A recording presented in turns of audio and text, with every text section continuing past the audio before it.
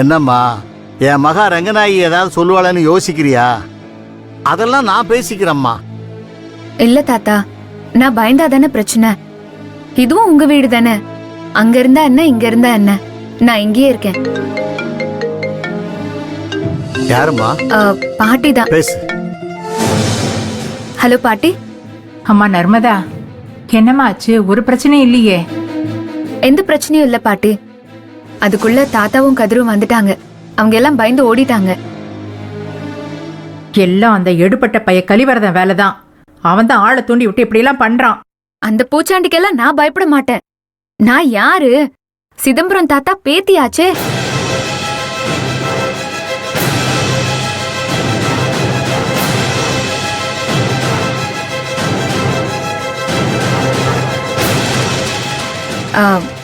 சிதம்பரம் தாத்தா வீட்ல இருக்கிற பேத்தி. இந்த வீட்ல இருந்தா தைரியம் தானா வரும்ல. இனிமே யார் வந்து எந்த பிரச்சனையும் பண்ண மாட்டாங்க. நான் பயப்படல. நீங்க தைரியமா இருங்க. நான் தலைமாட்டில தான் போனை வச்சு படுத்திருப்பேன். உனக்கு ஏதாவது ஒண்ணுன்னா டக்குன்னு எனக்கு போன் அடிச்சுடு. அடுத்த நிமிஷமே கதிர் அங்க வந்து நிப்பான். அதெல்லாம் யாரும் வரமாட்டாங்க பாட்டி. அப்படியே வந்தாலும் நான் பயப்பட மாட்டேன். நீங்க இத பத்தி யோசிச்சு மனசு போட்டு குழப்பிக்காதீங்க. சரிம்மா, பார்த்து பத்திரமா இரு. நான் வச்சிடுறேன். சரிங்க பாட்டி. பாட்டி தான் ரொம்ப பயந்துட்டாங்க போல. பாட்டி தான் எப்பவும் பயப்படுறவ தானே. நீ தைரியமா இருப்பல்ல, எனக்கு அது போதும்.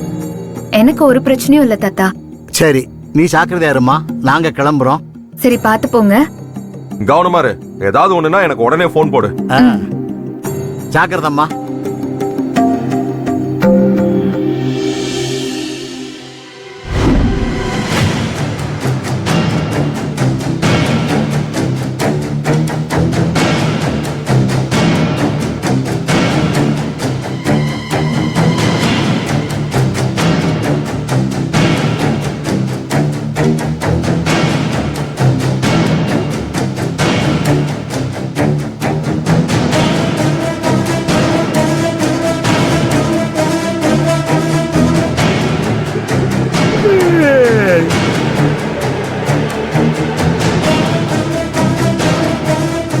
ஏய், தாத்தாவுக்கு போனை போட்டு கேளுடி. என்ன கேட்க சொல்ற? அங்க எதுவும் பிரச்சனையா, என்னாச்சு ஏதாச்சுன்னு கேளுங்க. ஏன் இப்ப அங்க ஏதாவது பிரச்சனைனா நீ போய் தீர்த்து வைக்க போறியா? ஏய், பாவண்டி அந்த பொண்ணு. பொறுக்கி பசங்க போய் அந்த பொண்ணுகிட்ட வம்பு பண்றானுங்களாம். அதெல்லாம் அவ சமாளிச்சுப்பா. நீ ஏன் இவ்ளோ டென்ஷனா இருக்கன்னா எனக்கு புரியல. அந்த கலிவரதன் எல்லாத்துக்கும் தயாரா இருக்கான். என்ன வேணாலும் பண்ணுவான். பொட்ட புள்ள ஒத்தையா இருக்கா. நாம தானே அவளுக்கு பாதுகாப்பு கொடுக்கணும். பாட்டி, உனக்கு அவ்ளோ பயம் இருந்துச்சுன்னா நீயே போய் அவளுக்கு துணையா அந்த வீட்ல படுத்துக்கோ. இப்படி நடு ராத்திரியில எழுப்பி எங்களை டார்ச்சர் பண்ணாத. ஏய், தூக்கம் வந்தா நீங்க போய் தூங்குங்க. உங்களை யார் இங்க வர சொன்னது? ஆமா, நீ இப்படி லபோ திபோன்னு கத்திக்கிட்டு இருந்தேன்னா நாங்க எப்படி போய் தூங்குறது? அதென்னமா அது? இந்த வீட்டு பிள்ளைங்களை கேவலமா பேசுற, அவளை தூக்கி தலையில வச்சுட்டு ஆடுற.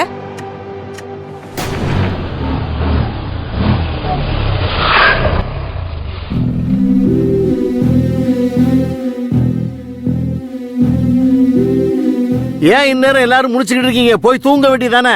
எங்க உன் பொண்டாட்டி தான் கத்தி அமக்கலம் பண்ணிட்டு இருக்கேன். என்னாச்சுங்க? ஏதாச்சும் பிரச்சனையா? ஒண்ணு இல்ல, அந்த கழிவறத போய் 4 பொறுக்கி பேர்ல அனுப்பிச்சு நர்மதாவை வீட்டை காலி பண்ண சொல்லி மிரட்டி இருக்கான். நம்ம வீட்ல இருந்து காலி பண்ண சொல்றதுக்கு அவன் யாரு?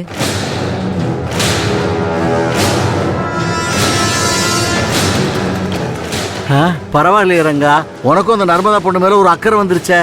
நான் அப்படிலாம் சொல்லலப்பா. அவளை காலி பண்ண சொல்றதா இருந்தா அதை நாம தானே சொல்லணும். சொல்றதுக்கு அவன் யாரு? அந்த அர்த்தத்தை தான் சொன்னேன்.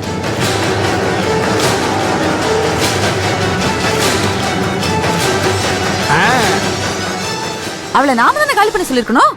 ஏய், சும்மா எதுக்கு அவளே கரிச்சு கொட்டிட்டு இருக்க? வந்துட்டியா? கரிச்சு கொட்டுறேன், அரிச்சு கொட்டுறேன்னு.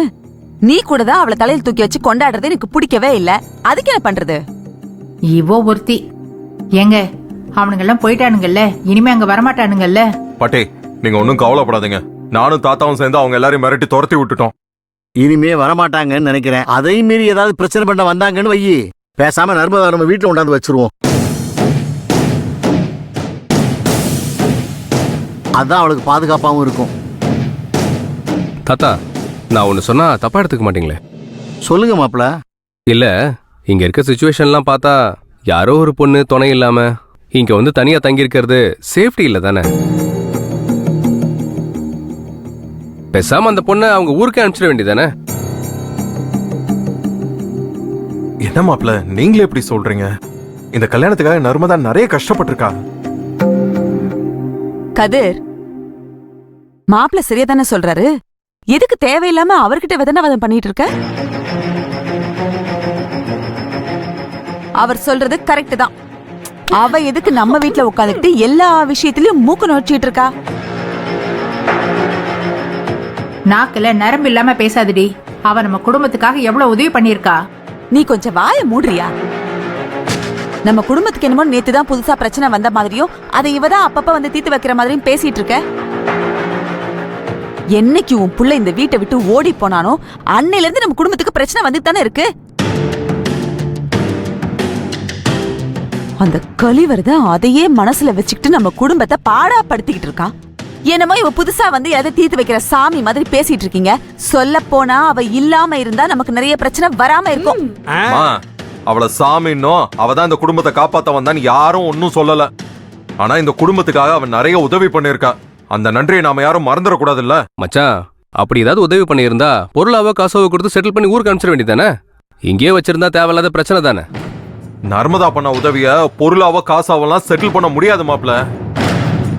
அவ ஆத்மாத்தமா உதவி பண்ணிருக்கா.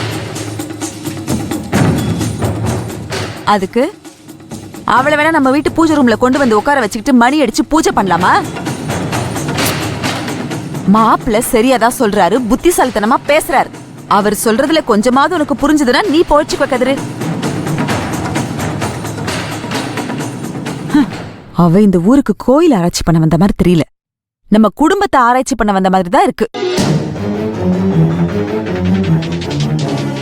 ஆரம்பத்துல இருந்து நான் இதையே தான் சொல்லி தலை தலையா அடிச்சுக்கிறேன். என் பேச்ச நீங்க யாரு கேக்குறீங்க? நீங்க எல்லாம் வேணா பாத்துக்கிட்டே இருங்க.